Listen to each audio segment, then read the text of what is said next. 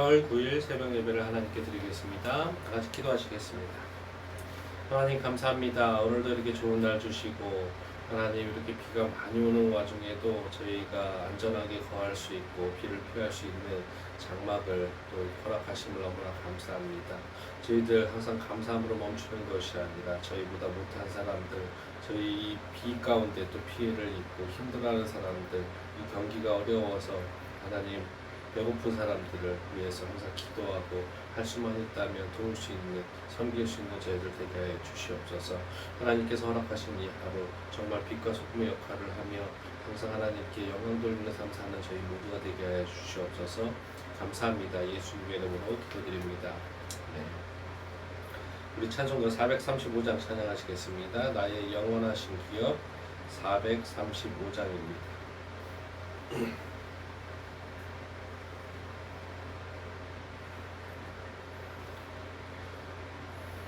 435장 찬양합니다.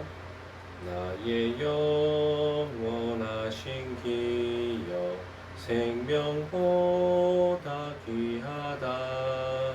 나의 갈 길 다가도록 나와 동행하소서. 주께로 가까이 주께로 가오니 나의 갈 길 다가도록 나와 동행하소서. 세상 부귀한 일함과 모든 명예 버리고 험한 길을 가는 동안 나와 동행하소서. 주께로 가까이 주께로 가오니 나의 갈 길 다가도록 나와 동행하소서. 어두운 골짝 지나가며 험한 바다 건너서 천국문에 이르도록 나와 동행하소서.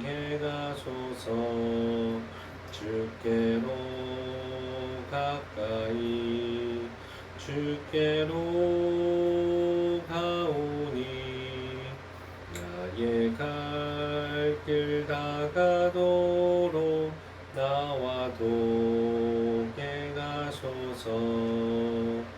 아멘. 오늘 나눌 하나님의 말씀은 레위기 22장 10절부터 33절입니다. 다 같이 시작했습니다. 레위기 22장 10절부터 33절입니다.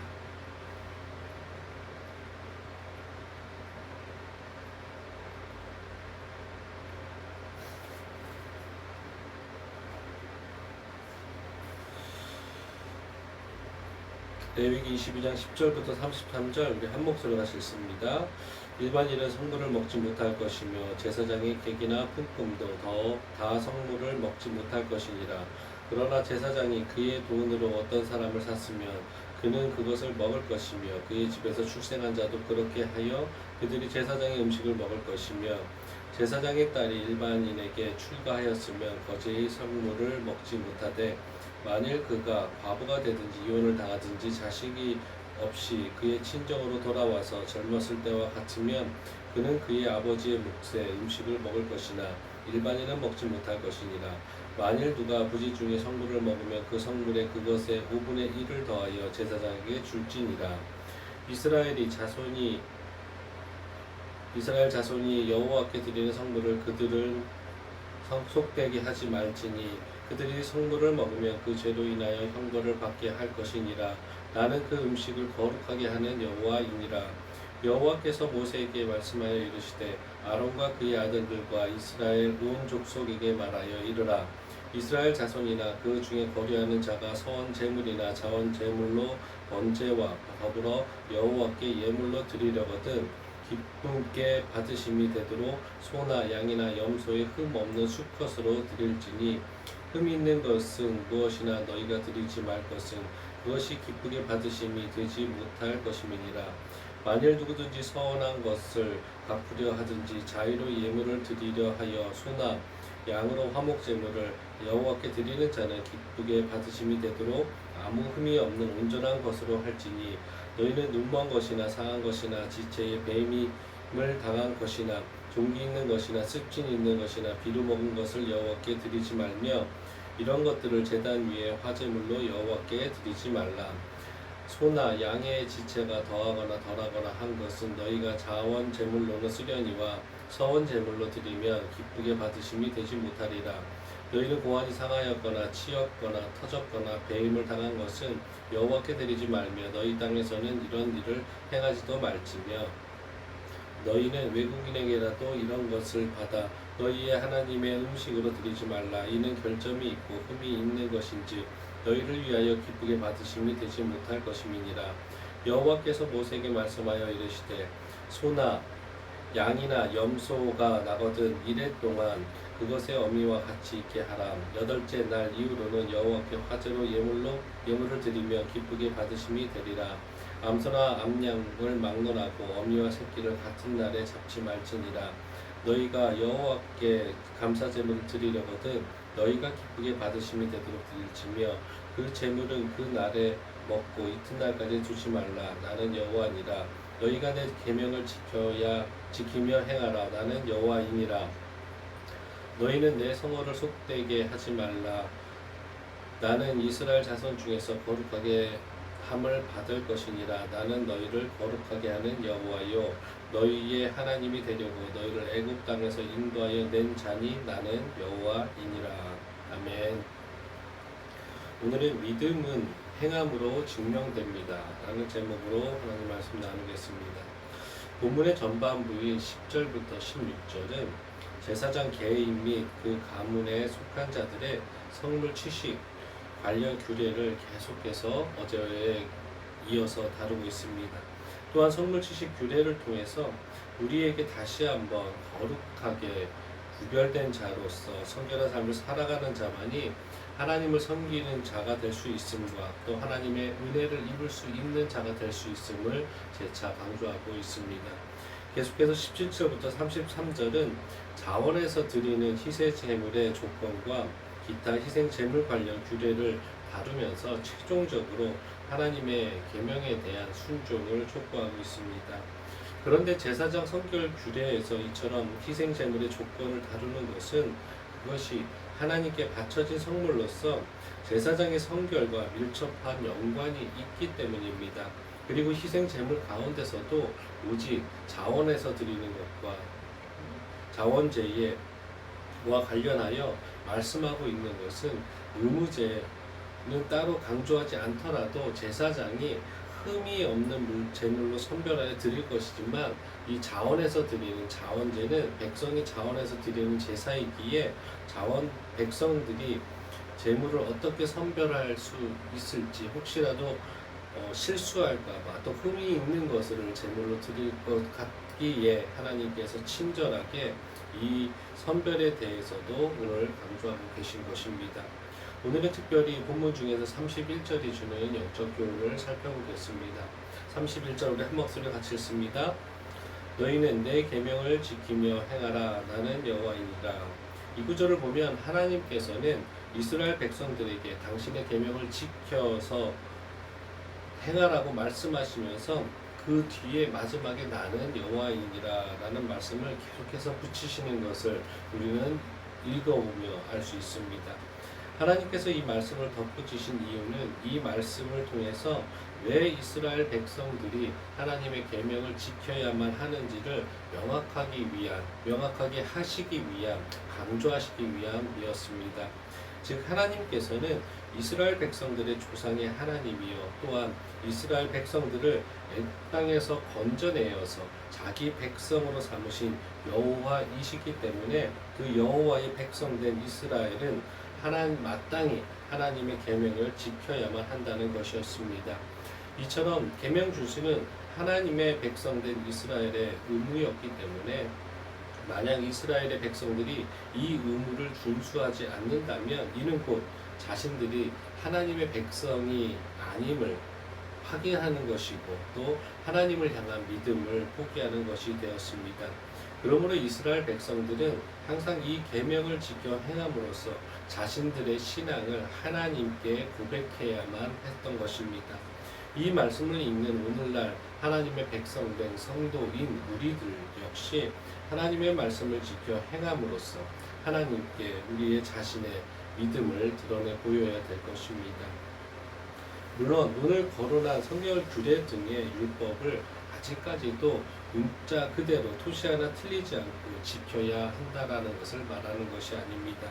하지만 적어도 성경이 오늘날까지도 이 레위기를 읽게 하는 이유가 있다면 그것은 바로 그 말씀에서의 의미와 하나님의 그 깊은 뜻을 깨닫고 그 의미와 뜻에 순종하는 삶을 살라고 말하는 것입니다. 많은 성도들이 가지고 있는 잘못된 생각 중에 하나는 바로 구약시대의 하나님의 백성들은 행함으로 구원을 받고 또 신약시대의 하나님의 백성들은 믿음으로 구원을 받는다는 생각이 우리 가운데 어느 정도 있음을 또 고백할 수 있습니다.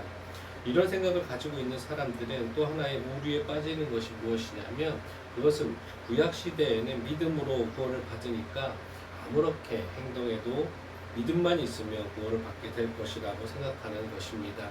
그런 잘못된 오류를 믿는 자들이 바로 오늘날 구원받을 하나 예수님께서 과거의 죄, 오늘의 죄, 미래의 죄까지도 용서하셨기에 우리는 거듭난 자로서 주님 오실 때까지 어떻게 살아도 된다라는 이런 오류에 빠지는 이상한 하나님의 말씀을 변형시킨 자들이 생기는 것입니다. 우리는 이러한 오류에 빠지면 안 될 것입니다. 분명 로마서의 말씀처럼 복음에 나타난 의, 곧 믿음으로 믿음에 이르게 하는 그 의 때문에 복음을 믿기만 하면 구원을 받는 것은 맞습니다. 이 말씀처럼 복음을 믿기만 하면 구원에 이르는 것이 불변의 진리고 부인할 수 없는 우리 하나님의 증거입니다. 그러나 그 믿음이 어떤 믿음이냐를 묻는다면 우리는 결코 쉽사리 그 믿음을 핑계 삼아서 방종할 수 없음을 깨달을 수 있을 것입니다. 그 믿음은 바로 우리를 거듭나게 하는 믿음이요 우리가 죄의 종에서 의의 종으로 사단의 자식에서 하나님의 자녀로 입양된 완전한 새로운 존재가 되게 하는 믿음이었습니다. 그러나 그래서 사나 죽으나 철저하게 하나님의 것으로서 오직 하나님의 영광만을 위하여 거룩하게 살아가게 하는 것이 바로 믿음인 것입니다. 만약 우리가 믿음이라고 일컫는 그것이 우리에게 이런 철저하고 전인격적인 변화를 일으킬 수 없는 것이 바로 우리의 믿음이라면 그래서 철저하게 하나님의 뜻에 복종하는 거룩한 삶을 살 수 있게 하지 못하는 믿음이라면 그 믿음은 잠자는 믿음이요 또한 죽은 믿음이라고 에베소서 5장과 야고보서 2장에 말하고 있습니다. 하나님께서는 구약시대나 신약시대나 변함없이 당신의 백성들에게 철저하게 당신의 말씀을 순종하여 그 말씀대로 행하는 진실한 믿음을 요구하셨습니다. 하나님께서는 한 번도 믿음이 없는 행함이나 행함이 없는 믿음을 인정하지 않으셨다라는 것을 명심하십시오. 믿으면 행해야 하는 것이고 행하지 않으면 그것은 진실된 믿음이 아니라는 것을 명심하십시오. 바로 이런 행하는 믿음만이 우리를 영생에 이르게 할 수 있다는 것을 우리는 알고 있는 대로 깨달아야 될 것입니다. 여러분 모두는 오직 말씀대로 행하는 믿음의 소유자가 되므로 하나님께 칭찬받으며 모두 영생을 얻는 영생을 유지하는 영생을 굳게 지키는 믿음의 용사들이 되시기를 예수님의 이름으로 간구드립니다. 야고보서 2장 22절입니다. 야고보서 2장 22절 제가 읽겠습니다. 내가 보거니와 믿음이 그의 행함과 함께 일하고 행함으로 믿음이 온전하게 되었느니라. 아멘. 여러분 우리가 하나님의 말씀을 머리로만 알아서 머리가 큰 자 되지 않고 마음이 큰 자 될 수 있도록 또 우리가 깨달은 대로 깨달은 그것부터 실천하는 행함이 있는 믿음을 갖는 그런 믿음을 조금씩 더 키워가는 믿음의 용사 되시기를 다시 한번 간구드리겠습니다. 다 같이 기도하시겠습니다. 하나님 감사합니다. 하나님, 우리가 하나님을 믿는다고 하면서도 하나님께서 이웃을 사랑하라고 하시고 여러 십계명을 주시고 또 말씀에서 항상 복음대로 살라고 명령하신 것들을 우리가 믿지만, 그리고 그것이 바로 믿는 자와 또 하나님의 백성으로서의 마땅한 자세임에도 불구하고 그렇게 해야 되는 것을 우리가 알지만 그렇게 살지 못하는 저희들의 모습들이 속속 있음을 하나님 고백합니다. 하나님, 그럴 때마다 성령이 깨우쳐 주시고 우리가 누구의 자녀인지 누구의 백성인지를 잊지 않을 수 있도록 도와주시고, 마땅히 아버지의 자녀라면 아버지를 닮아가고 아버지가 명령하신 것에 순종하는 것이 가족된 자녀된 도리임을 잊지 않는 저희들 되게 하시고, 항상 세상을 살아가면서 세상의 악함 앞에서 항상 아버지의 말씀을 믿고 그 믿는 대로 행하는, 그 행함을 통해서 세상을 변화시키고 세상에서 빛과 소금의 역할을 하며 우리 믿는 자들을 통해서 아버지의 자녀들을 통해서 이 세상이 아버지께 돌아올 수 있는 그런 선한 영향력을 끼치는 우리 모두가 될 수 있도록 도와주시옵소서. 항상 아버지의 뜻을 받들겠습니다. 그 받들 수 있는 능력과 힘까지도 의지까지도 붙들어 주시옵소서. 감사합니다. 예수님의 이름으로 기도드립니다. 아멘. 하늘에 계신 우리 아버지여, 이름이 걸기 여김을 받으시오며 나라가 임하시오며 뜻이 하늘에서 이루어진 것 같이 땅에서도 이루어지이다. 오늘 우리에게 일용할 양식을 주시옵고 우리가 우리에게 죄 지은 자를 사하여 준 것 같이 우리 죄를 사하여 주시옵고 우리를 시험에 들게 하지 마시옵고 다만 악에서 구하시옵소서. 나라와 권세와 영광이 아버지께 영원히 있사옵나이다. 아멘. 우리 시간에 다 같이 기도하는 시간 가졌으면 좋겠습니다. 세 가지 정도 나누고 같이 중보기도 하고 또 나머지 시간에 각자 기도하셨으면 좋겠습니다. 첫 번째로 오늘도 또 내일까지도 비리 소식이 꽤 많이 들리는데요. 교통사고와 또 빗길에 또 안전사고 일어나지 않을 수 있도록, 그래서 또한 비로 인해서 피해 받는 사람들의 그 피해가 최소한 될 수 있도록 기도해 주셨으면 좋겠습니다. 그리고 세계를 위해서 기도하실 때는 대만과 우크라이나를 위해서 기도해 주십시오. 평화와 안전이 정착되고 보장되고 또한 우리 믿는 자들이 의해서 복음이 전해질 수 있도록 그 땅의 희망과 소망이, 그 진정한 희망과 소망이 복음이 될 수 있도록 복음만이 그 땅을 살릴 수 있음을 우리가 고백하며 계속 기도해 주셨으면 좋겠습니다. 마지막으로 우리 말씀 중심 교회를 위해서 기도하실 텐데, 믿음을 실천하는 성도와 그 성도들의 모임인 공동체가 될 수 있도록 계속해서 기도해 주셨으면 좋겠습니다. 다 같이 기도하시겠습니다.